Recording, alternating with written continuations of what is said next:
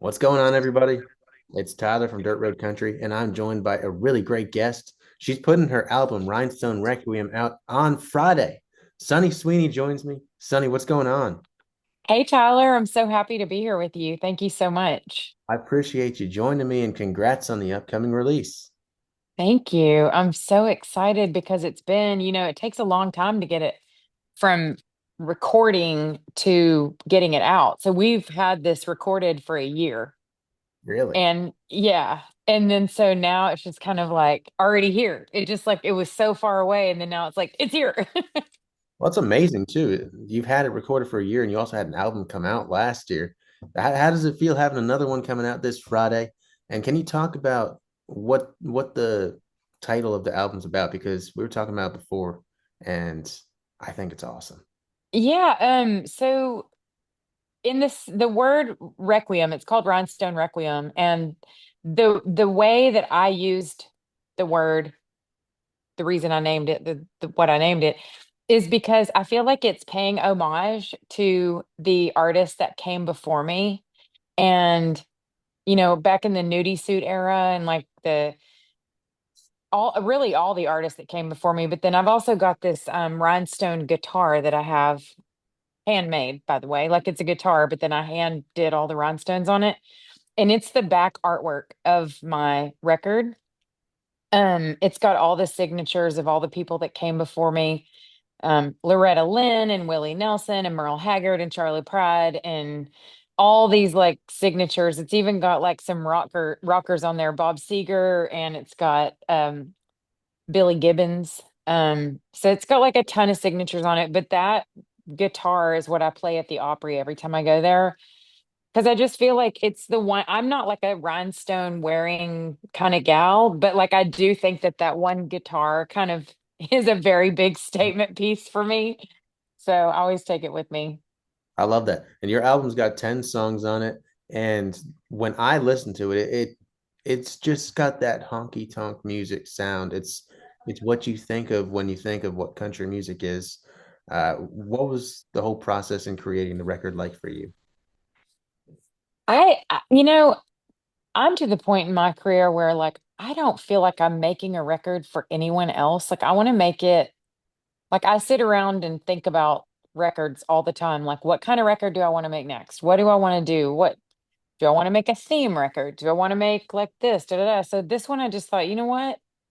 I want to make a country record where it's like part tribute and part protest.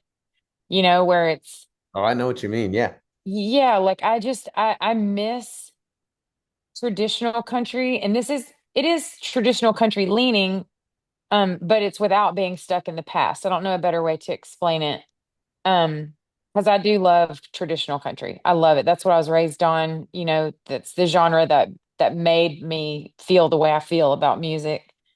Um, so I just feel like it's the record that I would want to hear if I was looking for a country record.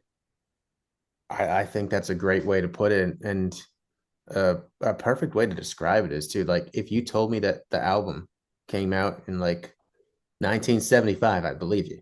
But if you told me it came out, Damn. I'd also believe you because it's got the perfect blend of like the past and the present.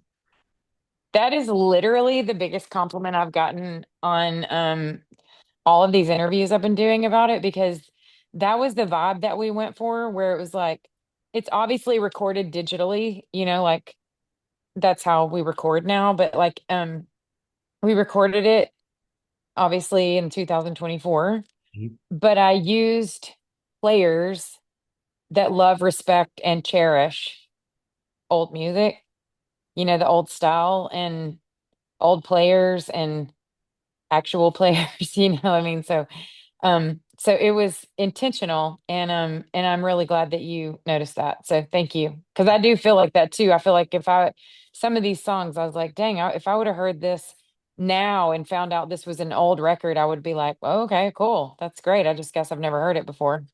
I am happy to say that I've been able to like hear albums and songs like that have been coming out lately and thinking the exact same thing.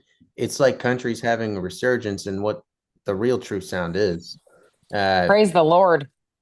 Yes, thank goodness. I didn't get into country music to like I don't know how to say this, but like the reason I started in country music A is because when I wanted to be a singer and I started singing and realized I'm from East Texas, so that's just how I'm going to sing. So country music fit the best. But that being said, there has gotten to a point in the last 10 years where when I meet someone on an airplane or something and I tell them I'm a country singer, they automatically go, "Oh, like da da da." And I'm like, "No, like I'm a country singer." So like it's almost where I don't even say I'm a country singer anymore. I don't think genres are a thing at all. Like I feel like everything's just kind of one big, you know, conglomeration or whatever now. So I guess I'm just hoping that like this record finds its way to the people that really do want to have like some, traditional leaning music in their life. And there's a lot of really fun songs on it. I haven't listened to it in a while, and I've been listening lately because I've been having to do all these interviews. Like, wow, this is fun stuff on here. Well, as a Texas native, as you mentioned, I feel like personally for me, when I look at all the lists of different states of where artists come from, the list of artists from Texas is just so deep in country music. I mean, you got both Georges, Willie, Waylon, Leanne Womack, a lot of other artists. For you, Hmm. for you as an artist in country music right now, and putting this album out on Friday, were there certain artists that you drew inspiration from in creating this record with wanting to blend the modern sound with like that 70s type? Absolutely. Absolutely. Like, I feel like first and foremost, I feel like the songs, um, I had the pleasure of meeting and speaking to multiple times, Loretta Lynn, and she is one of my all-time heroes. And she gave me some advice once and said, you need to write what you know. That's kind of that's kind of just the end all be all piece of advice that she could give me. And it really truly made an impact on me because I feel like it makes it so much easier when you're trying to sell music to someone if it's authentic. And and I feel like her telling me that and me having these songs that I have, I feel comfortable in these songs' skin immediately. I don't have to like go, oh shit, I don't want to play this one tonight. Like I literally cannot wait to play every single song on this record live because I feel them. Like I feel them and I feel like Loretta's, you know, inspiration as far as like where the song ideas came from. Um and then Waylon and Jerry Lee Lewis, like the rockin' aspect of Jerry Lee Lewis, and then the phaser on the guitar that Waylon always used, and then the kind of twangy Merle Haggard guitar, and then the Buck Owens and Don Rich kind of shit. Like, I mean, I just feel like there's pieces of all of that, and like there's something for everyone, I think. Um, and maybe they don't even know there's something for them. Maybe they think, oh, I like one song on there, and then they sit down and listen to the whole thing and go, wait, I like that one too. Well, all those artists that you just mentioned, there's something else that you've got in common with them as well. In music today, I mentioned before, you're putting out your third album in 4 years. And that's not really a common thing in music today. But back in the golden days and golden age of country music, artists were putting out an album, maybe two albums every year. How important is it to you as the artist to tell your story and keep getting music out there? I feel like if, I'm of the belief that out of sight, out of mind, and that may be wrong of me to think that, and it may be wrong of me to think like, you know, they'll forget about me if I'm not there. I don't know if that's really how I feel, but like I do know that I always want to be out. I want to be on the road. I want to be making music. I want to, first of all, you get better at your craft the more you do it. And so, um, you know, I had a guitar teacher once that told me, I told him, I said, I want to learn how to play bass. He goes, you need to learn how to play guitar first. Like he said, don't try to do something else until you've perfected what you're doing. And he goes, and guess what? You can learn something every day.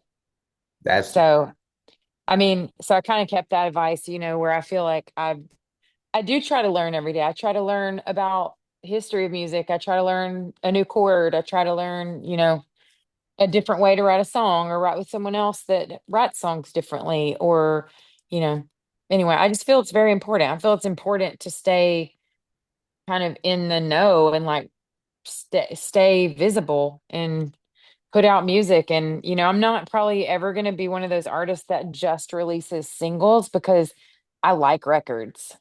Me I too. do.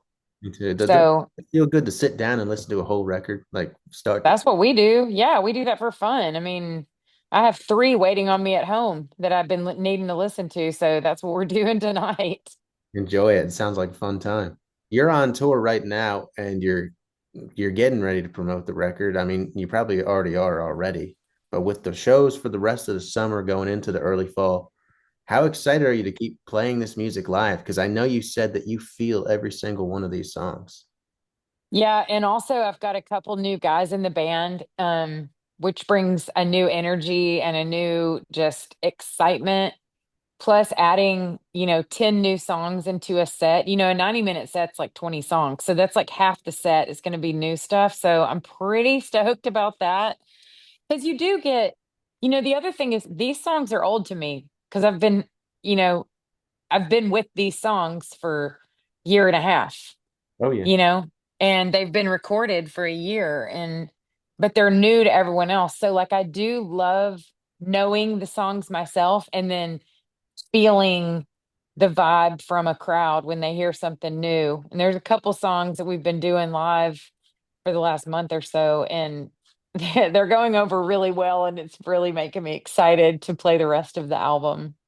It's got to feel like when you watch like a hidden gem of a movie or you listen to like a really old song that none of your friends know about and you know you're sitting on gold and you show it to everybody and they're like see how good it is. Oh, So I mean, honestly, like I do feel really proud of this album, and I feel like, I did the best that I could for what I wanted to put out, and I do hope people like it.